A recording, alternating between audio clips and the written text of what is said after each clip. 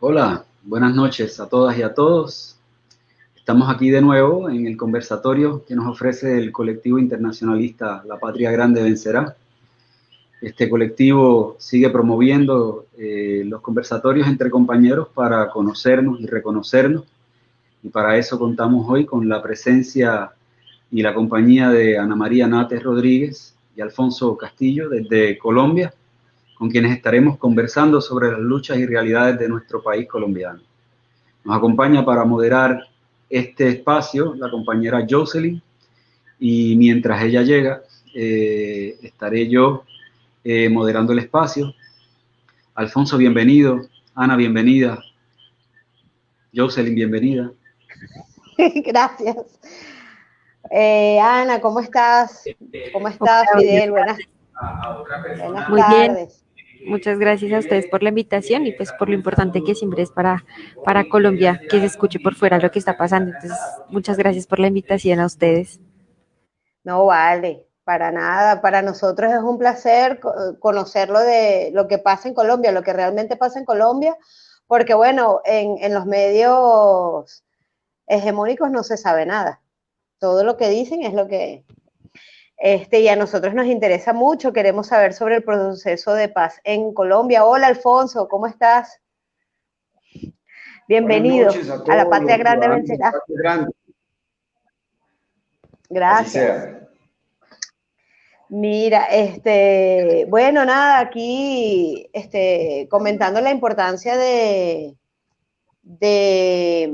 Colombia, de tenerlos a ustedes con nosotros para conocer de primera mano lo que pasa en Colombia, lo que realmente pasa en Colombia, muchas dudas que hay, que tenemos, aunque desde aquí, desde Venezuela, estemos muy cerca, bueno, la información nunca es la real, pues. Aquí en el colectivo hay gente de toda América Latina y del Caribe, de Centroamérica, y bueno, nos interesa saber cómo está la cosa en Colombia, cómo han venido llevando el proceso de paz, qué significa eso, también lo que pasó hace varias semanas en Bogotá y Medellín, un poco lo que llegó la marcha de la Minga el lunes a Bogotá, que el paro nacional el miércoles, después los otros paros que se han presentado, y bueno, y cómo ha sido el papel de la juventud, de las mujeres revolucionarias y bolivarianas, de las mujeres revolucionarias en También, Colombia. también. Qué bueno. Sí, bueno, pues yo creo que son muchos temas. En realidad, todo lo que viene sucediendo, pues nos impacta y nos afecta un montón. Yo quisiera de pronto arrancar con el tema de la implementación del acuerdo de paz, porque para nosotros y nosotras sí era un momento muy importante y una necesidad de que a través de una solución política del conflicto armado, pues pudiéramos llegar a una transformación de algunas condiciones que generan la guerra y que hoy en Colombia siguen generando la guerra. Ustedes saben que el gobierno, pues el partido de gobierno actualmente, el Centro Democrático, partido de Duque, partido de Uribe, se han dedicado a hacer trizas el acuerdo de paz y creo que en muchos sentidos lo han logrado, al menos han logrado frenar la implementación de este acuerdo, pues que simplemente implicaba justicia, reparación y verdad para las víctimas, que creemos que es un punto central del acuerdo que no se ha cumplido en su totalidad, porque hoy incluso bueno, ya profundizaré en cómo hoy las instituciones siguen mintiendo sobre lo que pasa en el país, un acuerdo y una implementación que significaba también una reforma agraria integral, lo que es dignificar la vida de nuestros y nuestras campesinas en Colombia. Hoy nuestro campo está relegado, rezagado en el marco de la pandemia. Hemos visto también cómo las ayudas del gobierno y todo lo que se plantea, pues son sobre todo para los grandes industriales, para los grandes empresarios y no para nuestros campesinos y nuestras campesinas, lo cual pues también estaba previsto un poco en el acuerdo. Lo que ha sucedido el 9, 10 y 11 de septiembre, lo que hace desde el paro nacional del año pasado, el 21 de noviembre, que es simplemente la falta de garantías para la movilización y para el ejercicio de la oposición en Colombia. Esto también significa, y estaba previsto en el acuerdo en el capítulo 2, la implementación de algunas garantías que incluso hoy no se ven en el Congreso.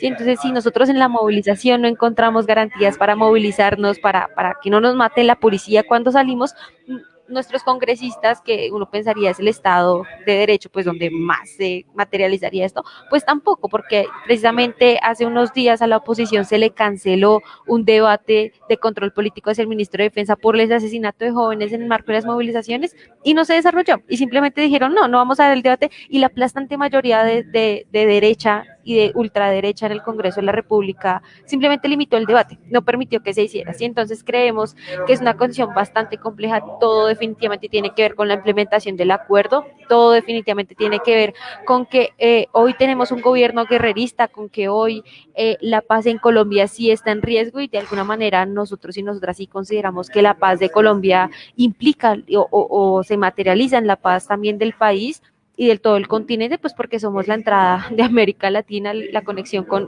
el centro de América Latina, y porque lastimosamente nuestros gobiernos también han tenido una política digamos, arrodillada, por decirlo de alguna manera, frente al gobierno de Estados Unidos, lo que hoy significa Donald Trump y lo que siempre ha significado esa política imperialista hacia América Latina.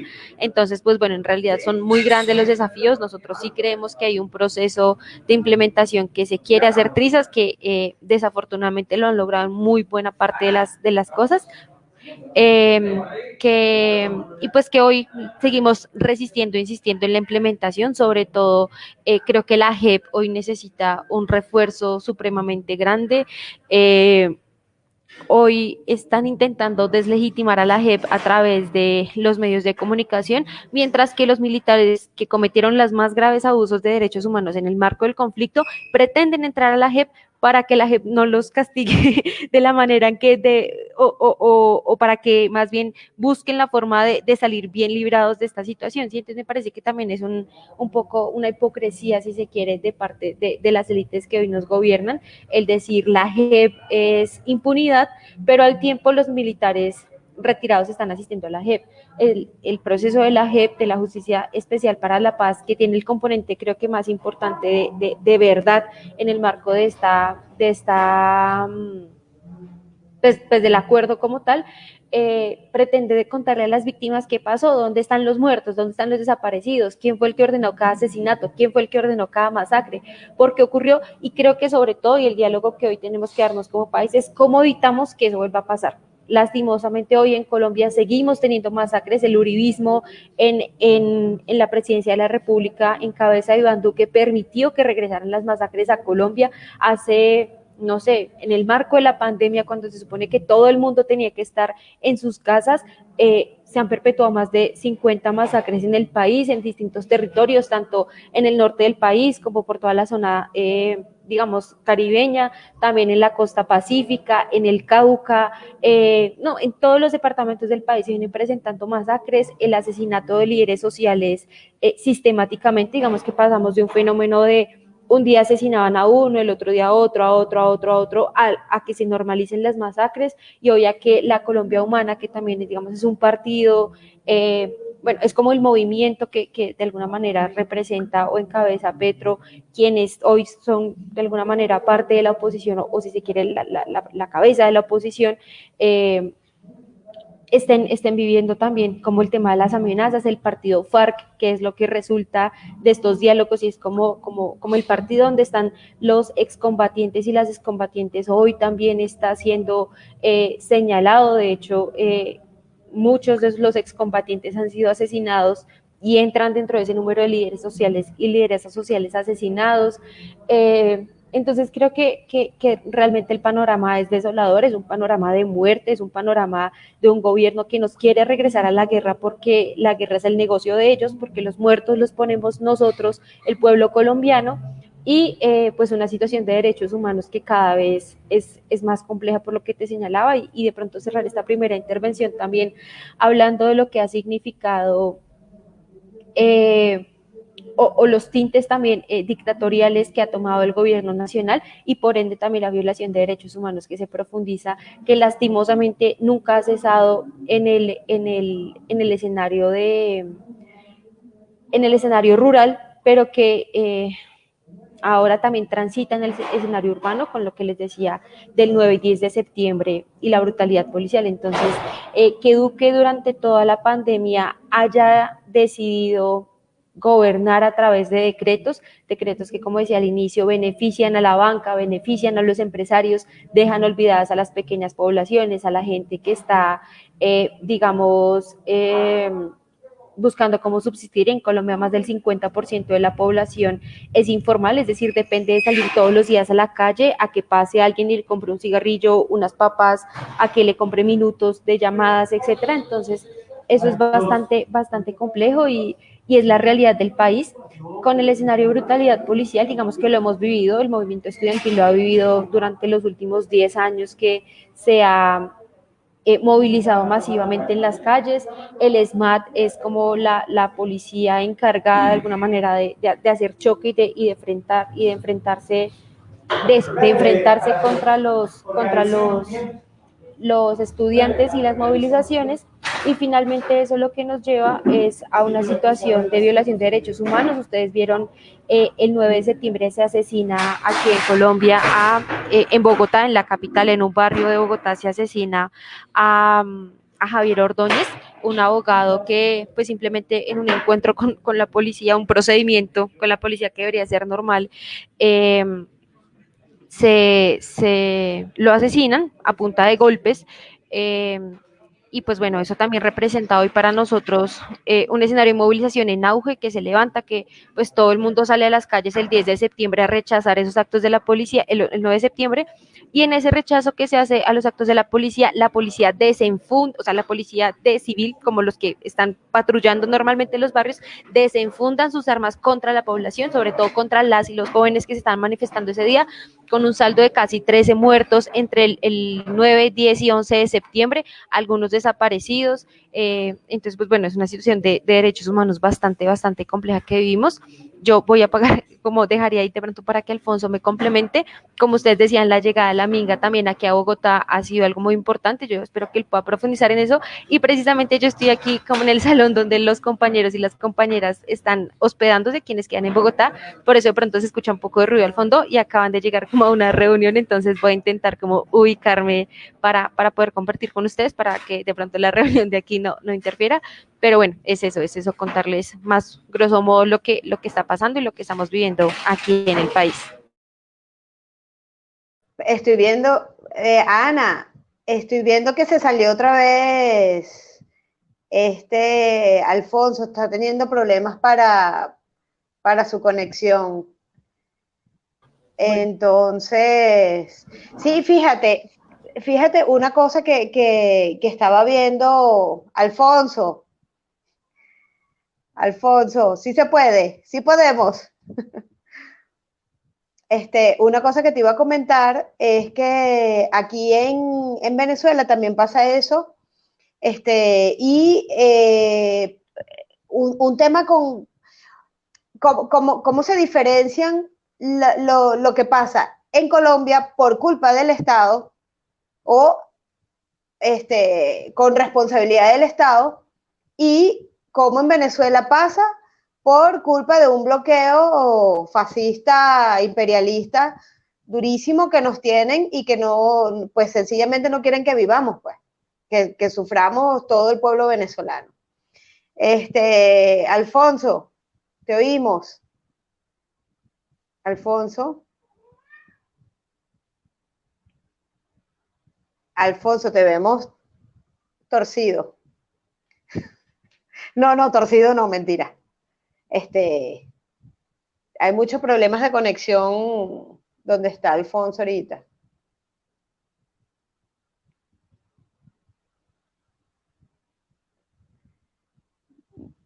Aló.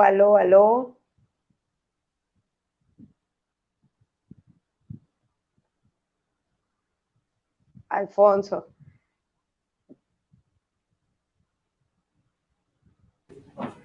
Bueno, creo que no Aló. está muy bien la conexión de Alfonso. Entonces, pues bueno, como les decía, me voy a ubicar un poquito mejor para poderles atender.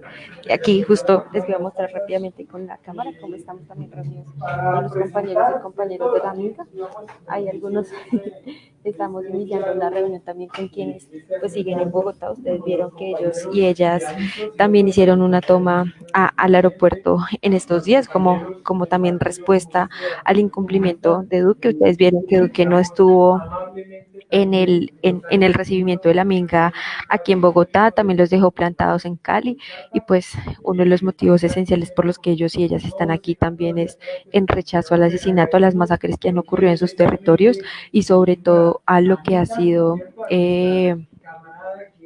sobre todo lo que ha sido también la violencia, como la violencia ha tocado, como el, como los grupos paramilitares que sabemos que actúan en complicidad con el Estado se reorganizan y llegan a impactar territorios de los compañeros y las compañeras, territorios donde las comunidades han intentado organizar para fortalecerse, para poder, digamos, avanzar en distintas lógicas, y que pues definitivamente ha sido pues imposible. Sí, sigue siendo como el Estado quien limita las acciones, e incluso algunos compañeros del Cauca en algún momento nos decían hasta qué punto hoy en el Cauca se vive una estrategia de pacificación como se vivió en los años 80 en, en Antioquia, y es también cómo se utilizan el Estado y el paraestado que funciona también en Colombia a sabiendas, insisto, porque me parece muy importante, a sabiendas a veces incluso con complicidad. Creo que el proceso de la JEP también nos ha permitido entender que en algún momento ha habido complicidad del Estado con las masacres, ha habido complicidad del Estado con cada uno de los espacios que ocurren. Entonces, pues nada, eso también hace parte de lo que hoy la Minga está haciendo en Bogotá. Llegaron más o menos 7.000 personas a Bogotá. Ellos y ellas estuvieron acompañándonos el 19 en una movilización, precisamente un juicio político a Duque, intentando dialogar con él. Ese día no estaba en Bogotá, tuvo tiempo para salir a visitar otras regiones del país. Y cuando y bueno, el 21 de octubre, que es como para nosotros el 21 es una fecha muy importante. El 21 de noviembre del año pasado fue el inicio del paro nacional que permitió la unión entre indígenas, campesinos, los estudiantes, las estudiantes del sector, digamos, del sector juvenil, del sector comunitario, del sector cívico en las localidades, etcétera. Entonces todo eso para nosotros es muy significativo el 21, por eso cada 21 estamos intentando salir desde que la pandemia pues más o menos nos lo ha permitido, y eso fue lo que pasó el 21 de octubre, y definitivamente para el 21 de noviembre, a conmemoración de un año, como hace unos días también Chile conmemoró su despertar. Nosotros esperamos y nosotras esperamos conmemorar el 21 de noviembre ese despertar de Colombia, ese despertar que hoy significa que hay un movimiento social un poco más cohesionado, que lastimosamente se han profundizado todas las causas que nos llevaron a ese paro, que era las reformas antipopulares y antidemocráticas que está haciendo el gobierno, que en el marco de la pandemia, como les decía, ya no son reformas, no tienen que pasar por el Congreso porque el presidente por decreto hace absolutamente todo. Un Congreso que está atado de manos, como les digo, la oposición, la aplastante mayoría de la derecha y ultraderecha niega absolutamente todos los debates, hasta un debate de control político que constitucionalmente está establecido. Y bueno, ya lo que les mencionaba, nos matan en las calles, nos matan en los campos, nos matan en cada uno de los escenarios, y pues quizás hoy nosotros y nosotras sabemos que también estamos en un escenario de riesgo, pero pues de alguna manera también la historia de nuestro país nos ha contado que lastimosamente, como sucedió con la Unión Patriótica, este régimen es capaz de no solamente eliminar políticas, sino físicamente a sus opositores, y pues hoy la unidad creemos que es lo único que nos va a sacar adelante, y pues obviamente la necesidad de que internacionalmente se escuche esto también es para brindar el proceso, brindar a los líderes, a las líderes que están aquí, que van trabajando, y pues qué bueno que estamos intentando también resistir con alegría y con esperanza, porque es lo que nos queda, la unidad, la alegría, la esperanza y la convicción de que de esta vamos a salir, y pues bueno, también reconocer como el escenario internacional que, por ejemplo, la victoria que se tuvo en Bolivia, etcétera, pues también son escenarios que a nosotros de cara al 2022, que son las elecciones del Congreso, y las elecciones presidenciales, pues obviamente nos pone un panorama de trabajo bastante fuerte, que esperamos también se nutra de todo este proceso de movilización y que nos logre decidir. Lastimosamente hoy estamos para el 2022, nos estamos pensando la decisión entre la ultraderecha, el regreso del fascismo, el ascenso del fascismo o la democracia. Básicamente creo que esas son nuestras decisiones de cara al 2022 y pues dejaría por ahí también, de pronto por si Alfonso está o si los compañeros desde el colectivo Patria Grande nos quieren también como hacer alguna pregunta, aportar, creo que también es importante escucharles a ustedes en este espacio. Sí, Ana, un tema importantísimo que tú comentas, cómo esta tarde estábamos hablando de la victoria de Bolivia y la alegría que tenemos, pero uno tiene un sustico, porque no puede ser que ellos entreguen así tan fácil esto. Algo tienen planeado, algo están conociendo uno como conoce el imperialismo, cómo actúa la derecha. Eso no es así tan facilito. Y bueno, sí, la paz en Colombia para toda América Latina significaría, bueno, el triunfo. Cuando se levanta, cada vez que se levanta el pueblo colombiano, toda América Latina, oye, sabe, se lo siente, pero bueno, no sabemos cómo es ese cuento desde la raíz. Luis, ¿tú quieres aportar algo? No te oímos. No te oímos. ¿Me escuchan? Ahora sí. Sí, quería también conocer un poquito del contexto de esa lucha que comenzó en noviembre, que por lo que veo, a pesar de la pandemia, se mantuvo viva y continúa esta semana con muchísimas movilizaciones que muy bien la compañera nos fue llevando cronológicamente en contexto de lo que ha estado sucediendo allá. Hay muchas cosas que nosotros deseamos saber sobre Colombia, pues es un proceso que a pesar de que se mediatiza desde un lado nada más. Colombia es uno de los campos mediáticos por excelencia de esos tanques pensantes para Latinoamérica, ¿no? Es una sucesión de cadenas completas que se van uniendo para pasar noticias en cada país latinoamericano de una manera distorsionada. Y la oportunidad que tenemos de tener a Ana y ojalá al compañero también, según la conexión permita, nos lleven a entender un poquito esa conexión de esa lucha en noviembre con estas que se presentan esta semana y lo que proyectan a futuro y sobre todo el papel de la juventud y esa fuerza que revitaliza la lucha, ¿no? Por otro lado también, para añadir, si se puede, es bien interesante también el contexto de las unidades que se está dando en Colombia desde muchos partidos en izquierda, al igual que se ha dado en algunos lugares en Latinoamérica, que nos parecería interesante conocer también el trasfondo y la eficacia de ello. Bueno, yo no sé si de pronto ahora me escuchan un poco mejor, me salí del espacio donde se está dando la reunión con los compañeros, pero justo los compañeros de la Minga creo que van a salir también, como entonces de pronto ahí de fondo les escuchen también a ellos y a ellos. Bueno, sobre el proceso un poco del papel de la juventud y todo ello, creo que ha sido fundamental y fue fundamental también durante el paro del 21 de noviembre.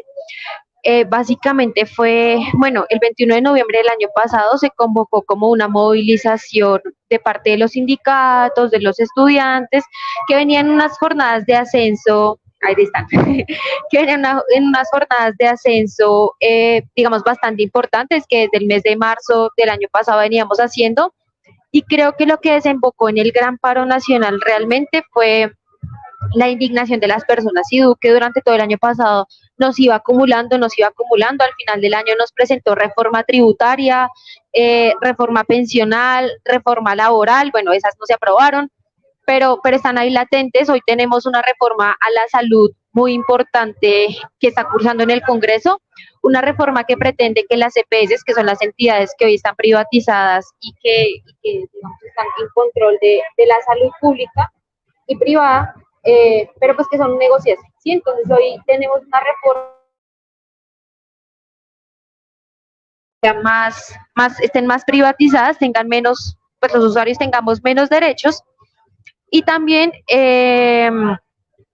bueno, entonces todo eso es lo que viene sumando para el 21 de noviembre. Bueno, en ese papel, digamos, en ese escenario, el papel de la juventud fue fundamental y creo que también de las localidades, pues bueno, porque siempre son los jóvenes los que salen y los que, digamos, ayudan a engrosar de alguna manera como la movilización y esto. El 21 de noviembre lo que sucedió es que se transmitió a través de las redes sociales, de algunos canales de noticias medio alternativos, etcétera. El caso es que la gente vio en vivo y en directo el escenario de represión. La gente vio cómo las calles de Bogotá y de muchas ciudades del país se llenaron en un elemento supremamente pacífico, artístico, pues súper chévere, y la gente vio en vivo y en directo la represión del ESMAD, cómo la policía irrumpió contra todo el mundo, y creo que eso fue lo que generó una indignación. Bueno, venía toda la ola de también los cacerolazos en Chile, y espontáneamente a las 6 de la tarde empieza un cacerolazo en el centro de Bogotá, una zona, digamos, pues digamos, más o menos acomodada económicamente, pues de clase media, y de ahí en adelante se empieza a extender un cacerolazo por toda la ciudad.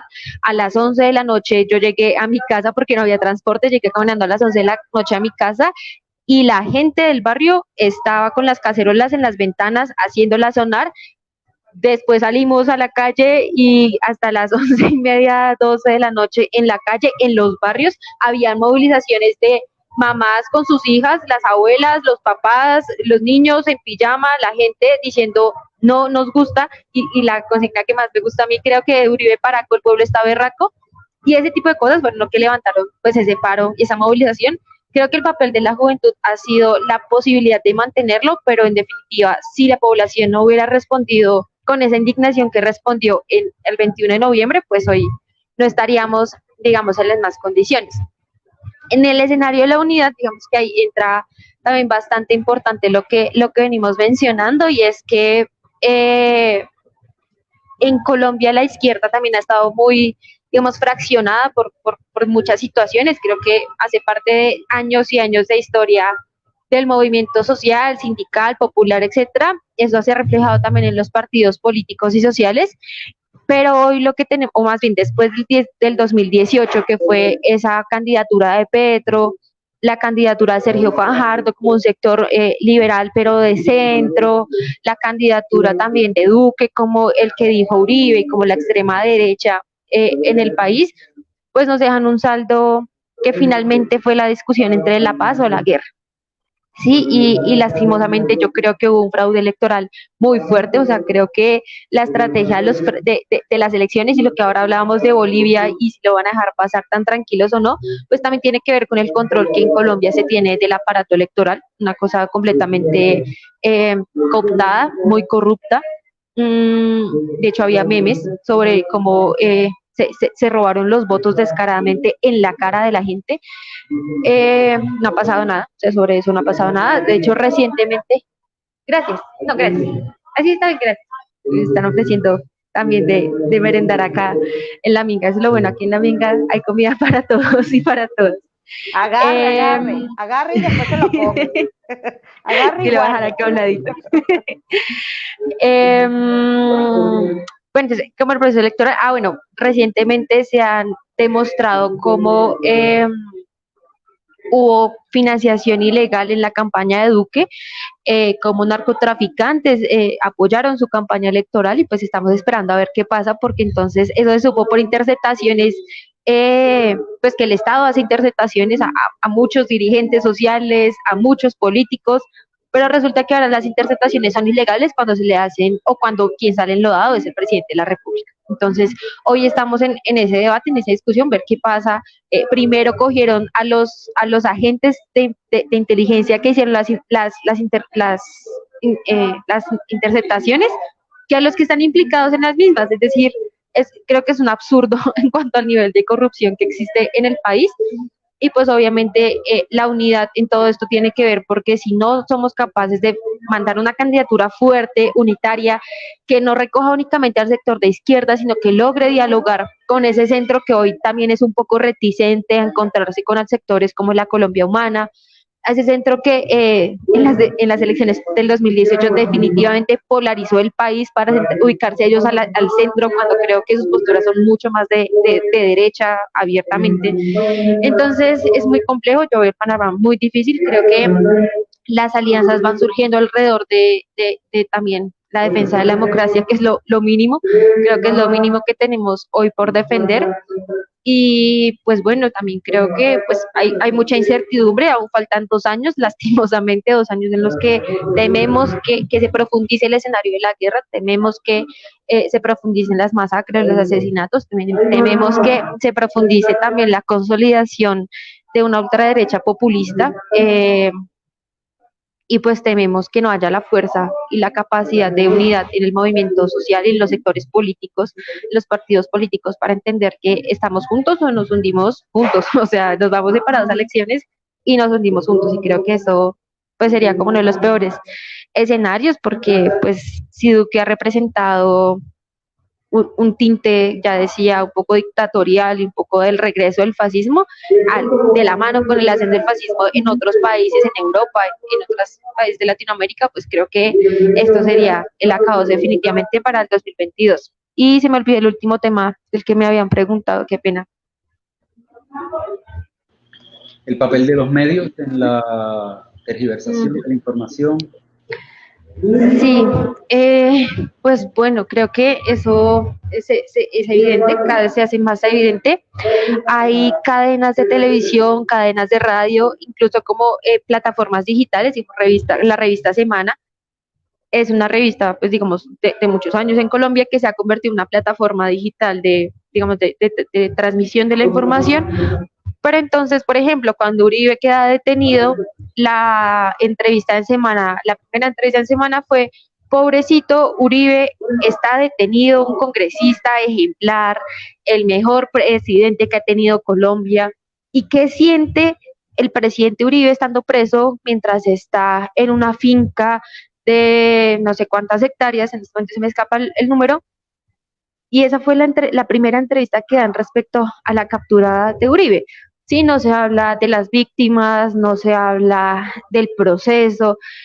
También ha habido un señalamiento, y creo que Iván Cepeda también ha hecho hincapié internacionalmente en denunciar en la persecución que se ha dado contra él por ser quien está entablando un proceso contra Uribe, pero eso que además Uribe inició en contra de Cepeda.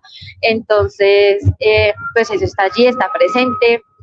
El papel de estigmatización de los jóvenes, creo que la juventud ha sido, yo realmente creo que este gobierno le declaró la guerra a la juventud, es lo que alrededor de lo que nos hemos movido como movimiento juvenil, valga la redundancia. Y es que ¿por qué se declara la guerra contra la juventud? Porque se nos estigmatiza, los jóvenes son terroristas o somos sinónimo de terroristas. Uribe salió a decir la juventud de FARC cuando ocurrieron las masacres a jóvenes en Samaniego, por ejemplo, en Cali. Entonces el primer tuit del señor Uribe era Juventudes FARC, como si hacer parte de un partido político que hoy es legal en Colombia, como la Fuerza Alternativa Revolucionaria del Común, fuera una justificación para que maten a los jóvenes, o como si en algún momento haber hecho parte de una guerrilla que entró en un proceso de paz con el Estado colombiano fuera una justificación para que los asesinen. Entonces, es una cosa totalmente tergiversada, de satanizar a Petro como la figura quizás alternativa, no sé, yo no entro mucho con el tema de los caudillos, creo que eso también le hace muchísimo daño al país, pero pues es la figura alternativa que hoy está, pues además fue a segunda vuelta contra Duque, entonces pues eso le da también como cierto carácter. Entonces satanizar a Petro, satanizar la movilización social, incluso la Minga se le pusieron un montón de peros para que llegara a Bogotá. Duque militarizó las calles y las carreteras en Colombia para que la Minga no pudiera llegar. Se dijo que la Minga estaba infiltrada por el ELN y por las disidencias de las FARC. Se dice que el movimiento estudiantil está infiltrado por guerrilleros. Se dice que, bueno, se dice y todo este papel de los medios de comunicación finalmente es justificar todo lo que hace el gobierno, justificar la incapacidad del gobierno y pues profundizar el temor de la población. Creo que con la pandemia llegó un fuerte temor, un temor a ser contagiado, un temor a morir, un temor a que el gobierno no nos cuida, ¿quién nos va a cuidar si no nos cuida el Estado? Y pues eso lo han utilizado también para seguir hablándole a la gente. No sé, incluso el tema de Venezuela, es decir, Petro significa otra Venezuela, nos han pintado Venezuela como el acabose, como lo terrible que puede pasar, no han dicho absolutamente una palabra sobre las elecciones en Bolivia. Sí, es una cosa supremamente segmentada, yo creo que es digamos, como un común denominador en América Latina.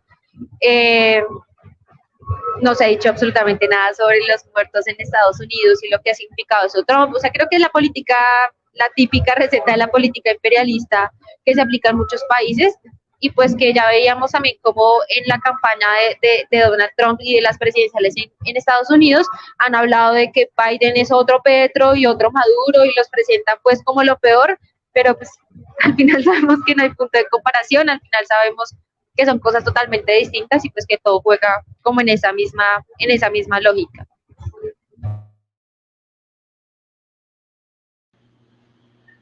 Muy agradecido. Yo creo que hay mucha claridad es lo que también hemos estado percibiendo a pesar de toda esa tergiversación por la semana, por los canales noticiosos internacionales, por Caracol y otros, ¿no? Que vale la pena mencionar, el cerco está siendo roto precisamente por esos jóvenes, no solamente por las marchas, el apoyo a las marchas que dan en la calle desde noviembre y esta semana, sino por lo activos que son dentro de las redes también, tratando de difundir la realidad colombiana y nos está llegando, pero es muy apremiante conocerlo así, con un poco de más explicación para que el contexto nos quede claro. Se te agradece, Ana María. No, yo creo sí. que, bueno, Jocelyn.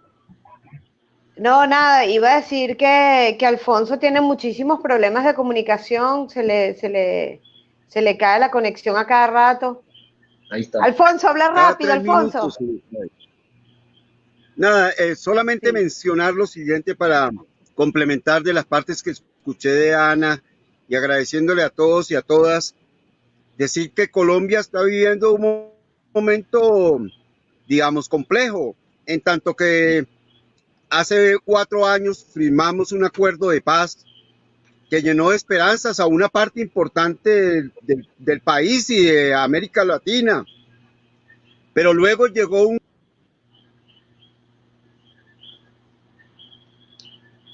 Perdimos al compañero ahí por un momento, pero entiendo que sí, que hay un proceso en Colombia que necesita ser validado, que necesita ser respetado, como bien decía Alfonso, y probablemente nos abundará un poco más si logramos contactarnos con él de mejor manera, pero entiendo que ese proceso de paz, Alfonso, sí, te escuchamos. Alfonso, si quieres apaga la cámara y te oímos. Si quieres apaga la cámara, a ver si eso te da mejor audio. Bueno, decía que llegó un gobierno que se hizo elegir a partir de una campaña de miedo, como lo decía muy bien Ana María, sembró de miedo a la sociedad colombiana, mostrándonos el monstruo que era el régimen venezolano, el gobierno venezolano y la situación que vivía, y así se hizo.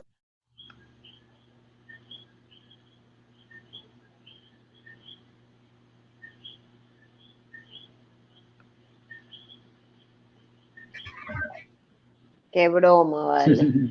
Se va Alfonso, pero se queda el coquí. Y tan interesante, siempre se corta cuando la cosa se pone buena. Bueno. Ana, si pudieras abundarnos un poco sobre este proceso de paz. Ahí viene otra vez. Viene Alfonso. La tecnología nos jugó una jugada. No, quiero concluir la idea de la siguiente manera. Se hizo elegir a partir del miedo que se sembró en la sociedad colombiana y desde allí se hizo una plataforma para sabotear el acuerdo de paz.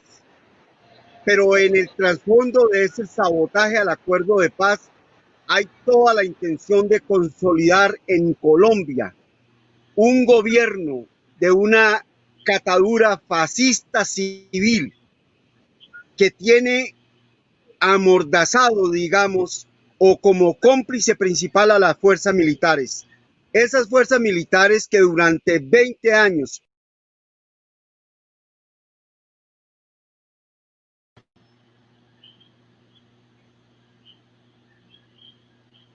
No, yo solamente quería apuntar que no va a poder terminar la idea de Alfonso, creo que va a ser imposible, pero que precisamente esa ha sido otra de las crisis en Colombia y es que imagínate tú tomando Hubo clases fuerzas con este nivel de militares que conectividad. sí, fueron entrenadas estas fuerzas militares justamente para hacer el soporte de una élite que ha gobernado durante 200 años para soportar los privilegios de esas élites. Y hoy se le da todo el juego, toda la libertad a esas fuerzas militares para que repriman al pueblo, para que golpeen. Se les ha permitido premios legislativos, económicos, pero sobre todo un régimen de impunidad. Esas fuerzas militares que durante muchos años, más de 50 años, agredieron al pueblo colombiano, hoy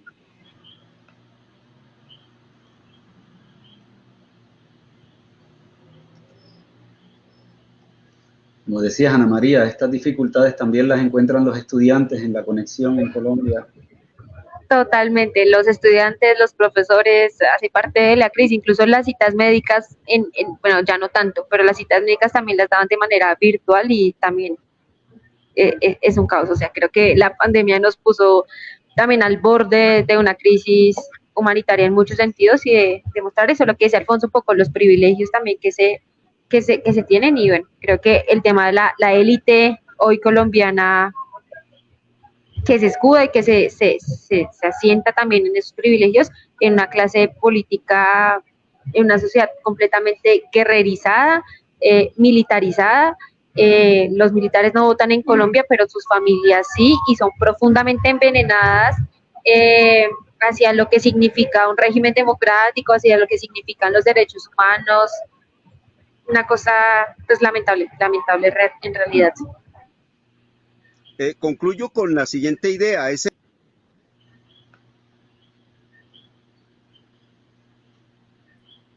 Cuando se logramos. conecta Alfonso hay que dejarlo que él hable. Sí, que hable él.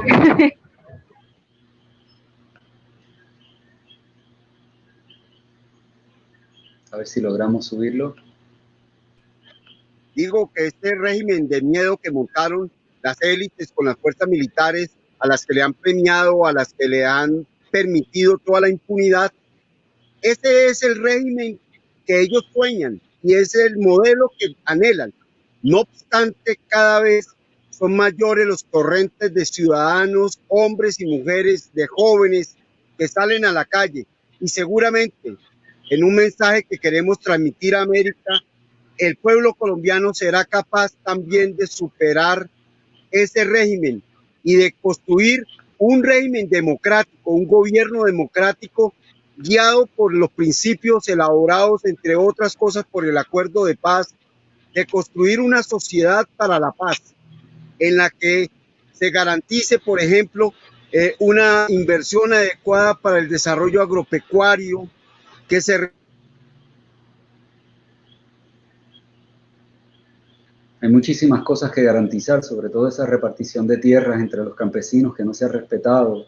Hace poco vimos cómo perdió la vida uno de los excombatientes que precisamente con Duque se comunicaba y pedía protección en aquel momento, que él se comprometió en protegerlo, ¿no? A ver si logramos subir al compañero Alfonso. Me parece que eso... definitivamente cambió de plataforma y se perjudicó esto. Pero bueno, no, decía que vamos a construir una sociedad para la paz en América. Nosotros entendemos la importancia que significa Colombia para construir un régimen democrático de América y el peligro que para América significa un gobierno de talante fascista como el que se viene conformando hoy en Colombia. a eso. Las movilizaciones le han dicho que no están de acuerdo. Las movilizaciones de esta semana lo que planteaban era la necesidad.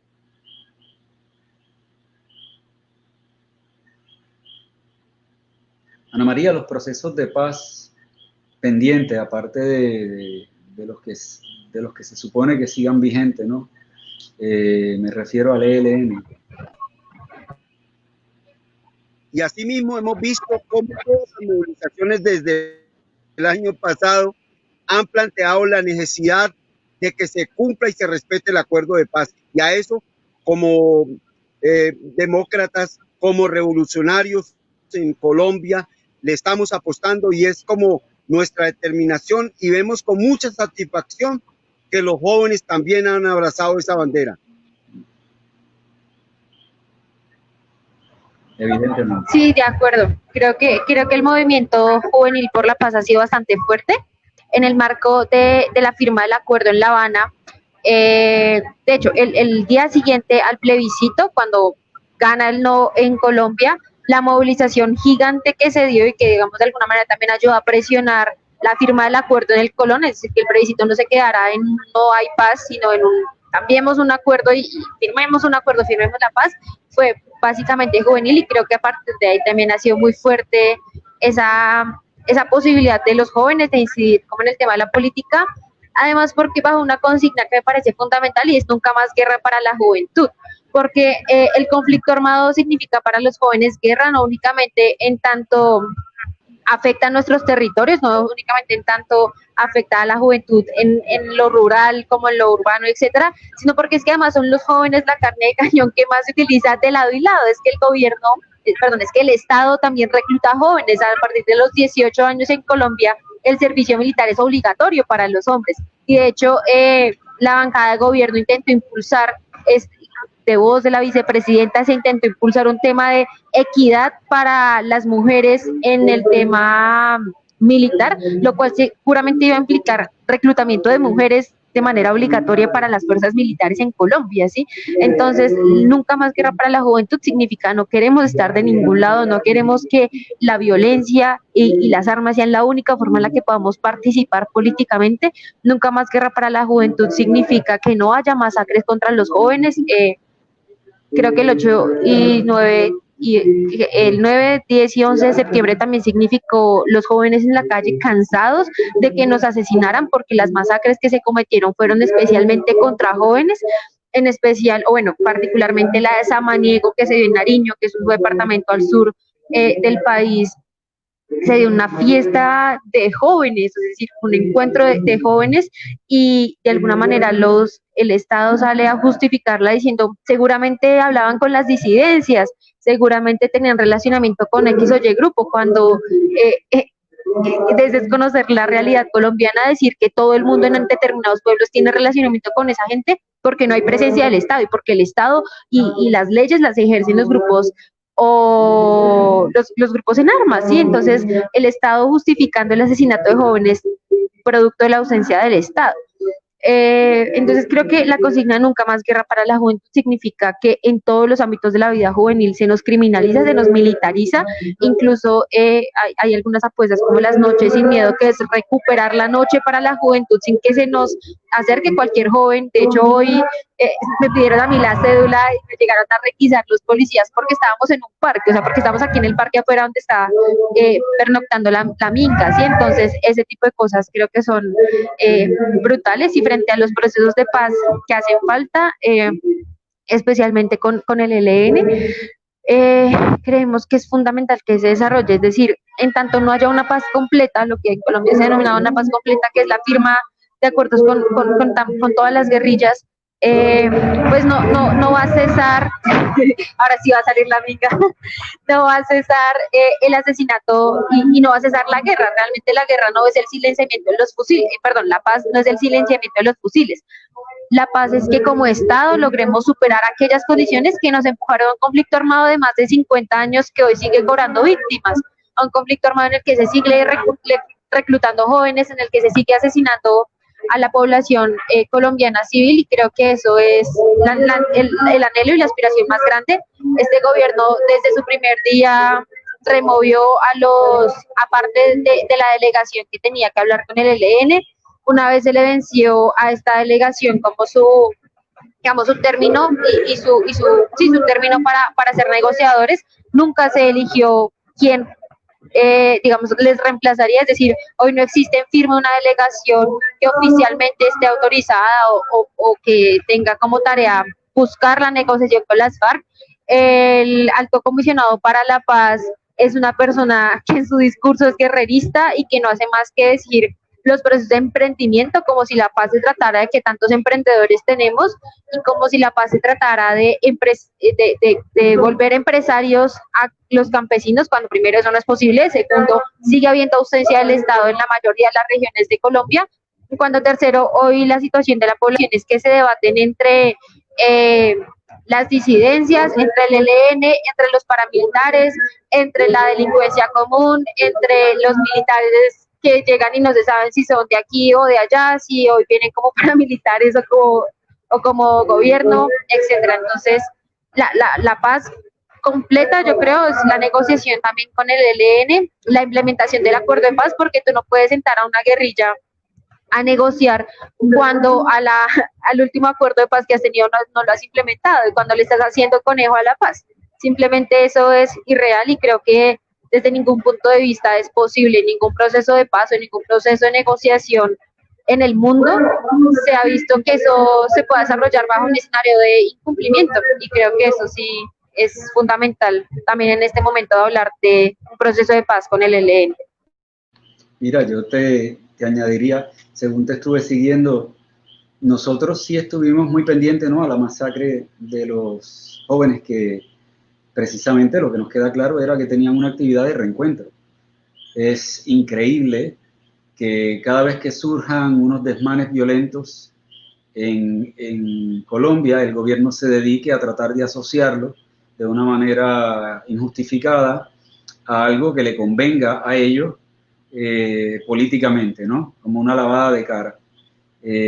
Por otro lado, lo que hablabas de los procesos de paz, imagínate dejar parada a la Minga en Cali, en más de una ocasión, ¿no?, que ellos lleguen en un proceso demostradamente pacífico a Bogotá, organizado, a tal grado de que cada una de sus comunidades tenía su listado o tiene su listado de personas con las que la acompañan. Ellos saben quiénes son parte de, quiénes no son parte de, quiénes se integran en Bogotá, de una manera tan y tan organizada que ese tipo de intervención extraña a la marcha no ha logrado manchar el efecto pacífico de su manifestación. Ir a Nariño, ir a la Plaza Bolívar y no ser atendido por el mandatario que se supone represente a todo el pueblo colombiano, incluyendo a nuestros compañeros originarios, que son verdaderamente hasta cierto punto los que nos han salvaguardado esa tierra hasta el momento de hoy. Es increíble, como tú dices, que pues el ELN esté pensando ahora mismo sentarse seriamente a negociar, ¿no? Me imagino que a intentar que los procesos se den. Sí, pues hemos escuchado a sus portavoces hablar de su apertura, pero ¿cómo pensar en un futuro adecuado si no se le está cumpliendo a un proceso que tiene unos garantes que han estado denunciando la mal práctica del gobierno? Porque aquí quien ha fallado no ha sido la parte negociadora de la guerrilla, quien ha fallado es el gobierno. Es imposible, o pienso yo, desde el extranjero, y los colombianos me podrán iluminar un poquito más el pensamiento, que tú tengas un círculo de efectividad contra todos los movimientos sociales a nivel, o sea, un movimiento en contra de las personas, de movimientos sociales, de las personas que se desmovilizaron, padeciendo toda esta violencia a nivel de país. Tiene que tener una ayuda gubernamental para tú tener que moverte a nivel de país. Siempre veíamos que algunos paramilitares se movían en ciertas zonas, pero ahora estamos hablando de que es una actividad totalmente coordinada y súper efectiva contra todos ellos. No estamos viendo de igual manera la contraparte contraatacando. Aparte de 2 o 3 conciertos que entiendo yo que son atrevidamente autoimplicados, como sucedió pues, las pérdidas lamentables de los policías aquella vez, pero estamos viendo que es un gobierno que ha demostrado ser capaz de lo más atroz y que no defiende a su ciudadanía y que cada vez que se le piden cuentas o no se presenta o meramente trata de buscar la excusa más barata para asociar a una maestra con la disidencia, para asociar a unos jóvenes en una reunión con la disidencia. Y sobre todo, yo quiero destacar también que no nos parece normal que Colombia, teniendo tantas coyunturas que atender, el discurso oficialista del gobierno sea siempre Venezuela o cualquier otro país. Me parece que hay mucho que atender en Colombia. Es una tierra de gente noble y luchadora. Se vio en noviembre, se ve esta semana. A nosotros nos causa mucha alegría ver que contrario a lo que tal vez muchos piensan, Colombia no es un pueblo dormido y que su presidencia no lo representa. Sí, totalmente de acuerdo. Ha sido indignante escuchar que en cualquier evento internacional Duque sale a hablar de la implementación del acuerdo de paz y de lo exitoso que es la erradicación de cultivos de uso ilícito con glifosato, a lo cual se opone radicalmente el acuerdo de paz. El acuerdo de paz habla de la erradicación manual como un proceso también de entrar y vincular al campesinado conscientemente en esto, pero una erradicación manual que va de la mano con la reforma agraria integral, que va de la mano con que los campesinos que producen puedan sacar sus productos a la venta, porque no porque si no existen carreteras, pues no puede haber producto que llegue a la ciudad y que pueda ser vendido. Entonces, glifosato, aspersión aérea, lo que damnifica a otros cultivos, lo que sigue enfermando a la población, pero ese es el gran éxito en términos de paz del gobierno. Además, una técnica que es estadísticamente más costosa y que ha demostrado en todos los años de implementación y recientemente las últimas, digamos, las últimas versiones que han hecho, que no es óptimo, que no es razonable utilizar el glifosato. Por otro lado, lo que tú mencionabas de que si nos hablar de la implementación del acuerdo de paz como el gran éxito cuando nos vuelven las masacres a Colombia, habla de Venezuela, como si primero tuviéramos algo de diplomacia funcionando entre los dos países, en segundo lugar, como si hubiera realmente una voluntad de aportar y de trabajar o de cooperar por la solución de una crisis. Por ejemplo, no sé, la llegada de venezolanos a Colombia, ¿cómo se abordó desde el gobierno nacional? No existe una política clara que permita dignificar la vida de las personas que han llegado a vivir en pésimas condiciones aquí en Bogotá y en cada una de las ciudades del país, pero sí se tiene palabra y voz para decir que es una dictadura Maduro cuando aquí en Colombia es donde están matando a los estudiantes, a los líderes sociales y a la oposición. Se dice que es una dictadura en Venezuela cuando aquí en Colombia es donde se hace fraude electoral descarado abiertamente en las elecciones. Se dice que Venezuela es una dictadura cuando es en Colombia en la que el presidente toma el poder de la rama legislativa, de la rama ejecutiva y además toda la rama judicial también cae la rama judicial cae en manos de personas cercanas al uribismo. El fiscal es uribista, la procuradora es cercana al uribismo, el contralor es cercano al uribismo, pero Maduro es el dictador y la dictadura está en Venezuela. No sé qué tipo de democracia tienen ellos en la cabeza, porque en Colombia no estamos en una democracia, estamos al borde de una dictadura sangrienta, una dictadura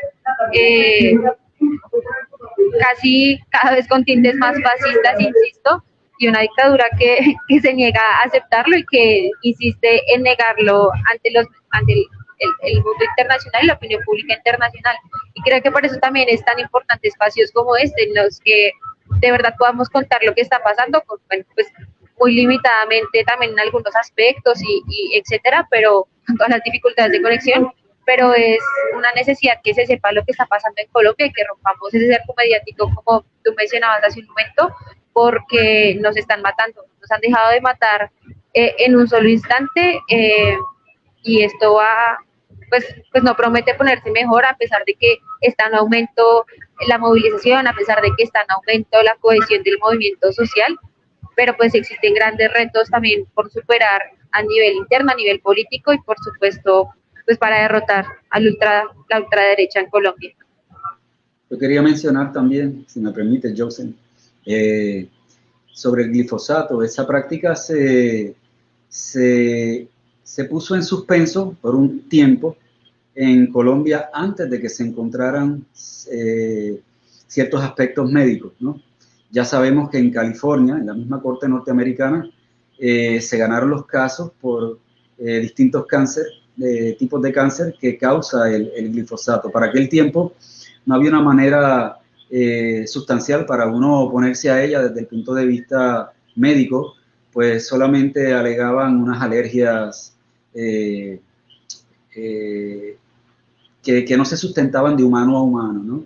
Pero ya inclusive en Puerto Rico se han visto casos relacionados del cáncer, ¿no? Y se han ganado casos en Estados Unidos. Ya a partir de eso vimos entonces la unión entre lo que antes se conocía como Monsanto y ahora se conoce como Bayer Monsanto.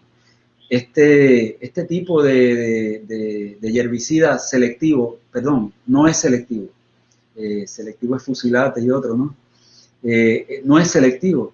En el caso de si se utiliza en los campos donde los aborígenes y los demás agricultores estén cosechando, no va a discriminar entre sus cultivos y no va a discriminar entre lo que es la hierba, que es lo que intenta controlar, y las personas. Estamos hablando de que si una gota te cae en el ojo, lo mismo puedes tener cáncer en un mes que en varios años. Y la vida debe ser el centro de la protección del gobierno. Sus ciudadanos deben estar protegidos de alguna manera, a pesar de que eso no es lo que vemos en muchos de los gobiernos. Pero entendemos que por lo menos debe ser una victoria para el pueblo tratar de que no se utilice por todos los factores que tú mencionabas, el costo y también pues el daño a la vida humana o a la misma cosecha, que es lo que se está tratando de proteger. Hay unas maneras más efectivas y yo creo que una de las maneras más efectivas es, según he visto yo, no teniendo la DEA dentro del país. Si hemos visto cómo Bolivia logró una manera de controlar el narcotráfico cuando la DEA no estaba, justo cuando Luis Arce nos estaba mencionando hace poco en la recién entrevista después de su victoria, que desde que la DEA entró allí, los productos ilícitos ya no eran de tránsito, ahora también se estaban cosechando ahí. Pues mira, si sabemos que hay unos denominadores comunes, tenemos que tomar acción. Nosotros, el pueblo, no podemos quedarnos callados también, tenemos que pedirle cuentas a los gobernantes. Los gobernantes se supone que sean personas preparadas, que analicen todo esto con todo ese equipo que mucho nos cuesta para tomar unas decisiones asertivas, y no lo están haciendo. Y me parece que eso debe ser denotado, ¿no?, en el conversatorio que tenemos aquí, porque la DEA tiende a denigrar entonces, a empeorar el problema más que mejorarlo. Y Colombia es un país con una diversidad de aves que se puede ver afectada por el glifosato, con dos océanos, con reservorios de agua gigantes. Estamos hablando de un país que tiene unos recursos naturales que nos pertenecen a todos, no sé si me escuchan, a todos, porque somos la patria grande, ¿no? Y para vencer tenemos que proteger nuestro medio ambiente. No podemos seguir yendo a un suicidio ecológico por el mero hecho de que estas personas sigan con su individualismo y engordando sus bolsillos. Y en ese sentido te iba a preguntar, estas empresas canadienses, los aborígenes Wayuu, que mucha gente menciona gente muriendo de hambre en el mundo, ahí habían niños muriendo de sed, ¿no? Y quisiera tratar de llevar la conversación hacia eso. ¿Qué sabemos de estas empresas que están desviando el agua para sus procesos de extracción, que generan dinero simplemente para esas corporaciones extranjeras y dejan menos de un 8% de ganancias al país, que se supone que le dé esas ganancias al pueblo que está dando sus recursos y no les llega? Sí, precisamente ese tipo de prácticas, bueno, más bien la lógica un poco de los últimos gobiernos, y creo que fue uno de los impulsos que le quiso dar el gobierno de Santos también uno de los motivos por los cuales desde el gobierno de Santos, que no era ni socialista ni mucho menos, era de derecha, y la diferencia es que su capital no era tan terrateniente como el de Uribe, sino financiero, y por ende necesitaban que las transacciones en el país mejoraran y que aumentaran la confianza de inversión extranjera en Colombia. Por eso es que Santos de alguna manera también cede ante la firma del acuerdo.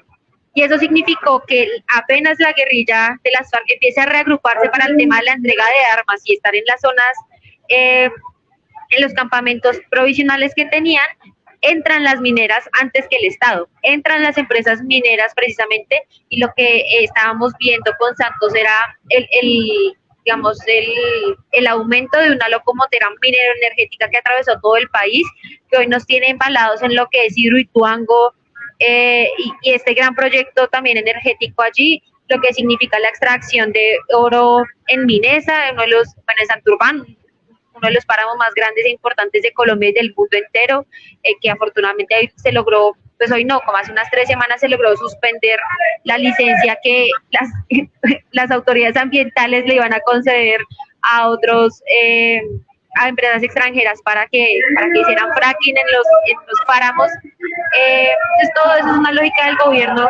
Por allá está atrás la amiga. Entonces es una lógica de gobierno y una lógica extractivista que sigue permanente, que hace parte, insisto, de esa política imperialista del tercer mundo y Latinoamérica desde el patio trasero, del que se extraen todas las materias primas, y después compramos industrializado todo, nos quedamos nosotros con el desastre ambiental que eso significa y con la pobreza que se genera también alrededor de la precarización de las condiciones laborales, el desplazamiento de las comunidades, el desviamiento que hacen de los ríos para poder construir obras, etcétera. Esto que también ha afectado, por ejemplo, a comunidades de La Guajira, como la Guayú, que tú mencionabas.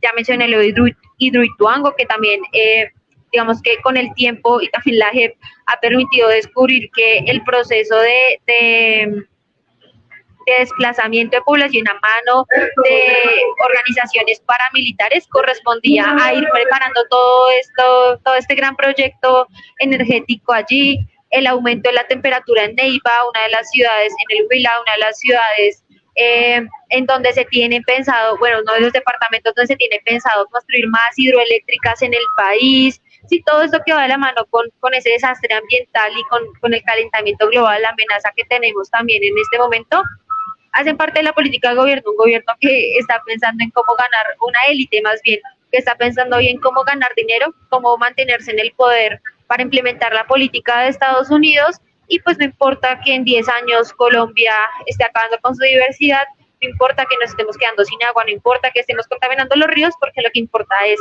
la producción de capital y cuánto de eso nos queda, cuánto de eso se llevan las multinacionales, etcétera. Entonces creo que es algo latente, vigente en Colombia, que existe, creo que existe en toda Latinoamérica, y que hasta que no tengamos pues la fuerza como movimiento social para resistir completamente a eso, o hasta que no tengamos la capacidad de un gobierno democrático que se piense la relación con el medio ambiente como un asunto de vida o muerte, como realmente lo es, pues creo que va a ser imposible.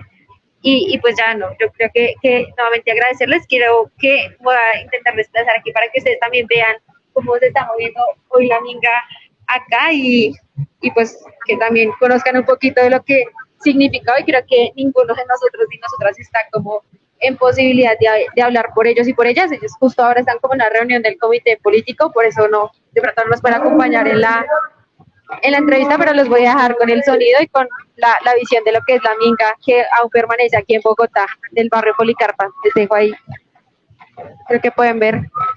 Sí, totalmente.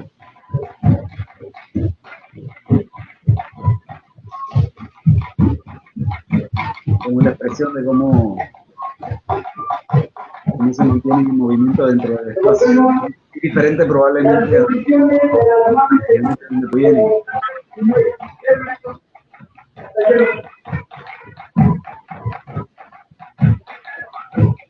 Para el final de la presentación, pero ahí alcanzaron a ver parte de la actividad de los compañeros y compañeras que también siguen aquí resistiendo desde esta fría ciudad, pero pues bueno, también dándonos ejemplo de dignidad y de resistencia a todos y a todas.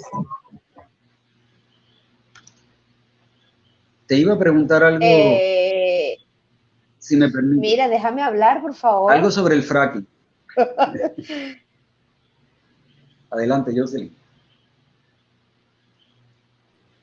Nada, que yo iba a decir que es importantísimo, que me ha parecido maravilloso escuchar cómo una joven, tan joven, se expresa así, una fuerza impresionante, un conocimiento de lo que está pasando en su país, y de la lucha que se está dando. Una cosa maravillosa que pues a uno la llena de mucha esperanza y bueno, qué maravilla. Que con una juventud así, estamos seguros que bueno, que se puede. Y precisamente estos conversatorios para saber que la juventud sí está tratando de transformar, que es lo importante de esta lucha, cómo nosotros tratamos de transformar esta realidad que tenemos, que es lo que hay en cada país de una forma diferente por las características específicas de cada país, de la personalidad, de la cultura de cada país, pero al final siempre van por lo mismo, por los recursos naturales, por la explotación del hombre y la mujer, porque nosotros para ellos no somos gente. O sea, por eso es que nos matan así, no les importa nada, porque para ellos nosotros no somos gente, no valemos nada, quizás menos que los animales, menos que un caballo pura sangre, no sé, alguna raza de esa. Y bueno, la convicción de que estamos haciendo algo, eso está muy importante. Hay muchos saludos desde el Facebook. Saludan desde Argentina, Enrique Rolón. Saludos desde Costa Rica, Guillermo Morillo. Abrazo combatiente desde Costa Rica, el Círculo Bolivariano Yamilet López. Pedro Silva, de Paz en Colombia, Viva la Patria Grande, fuerzas desde Panamá. Hernán Alderete, desde Tucumán, Argentina. Hernán del Movimiento Evita. Saludos desde Bolivia. Ay. Desde Bolivia, saludos desde el Colectivo Revolucionario Plurinacional de Bolivia. Elvi, Gabriela Bonagli, Fuerza en Colombia, todo el apoyo y fuerza desde Uruguay. Colombia, ustedes son el cambio en Latinoamérica. Pedro Silva desde Panamá. Enrique Rolón fuera Almagro. Fuerza del pueblo chileno, saludos desde Caracas. Fuerza Colombia, la patria grande vencerá. Y Pedro Silva, viva la minga. Siempre nos así quedamos, vamos por ahora. Ajá, yo entonces creo que ahora vamos sí, cerrando, por es que favor. siempre nos quedamos con muchas ganas de seguir conociéndonos y indagar un poquito más sobre cada cosa. Colombia es un tema vasto, como lo dicen los compañeros y los expresan en esos saludos, es muy interesante el tema para todos nosotros en la Patria Grande y la verdad es que no queremos dejar a Ana María aquí 3 días. Sí, no les conté ni la mitad de las problemáticas y también de lo que queremos es construir aquí en el país. Creo que da mucha alegría pues escuchar que de tantos países nos escucharon, nos están viendo y están pues conociendo lo que vivimos hoy en nuestro territorio.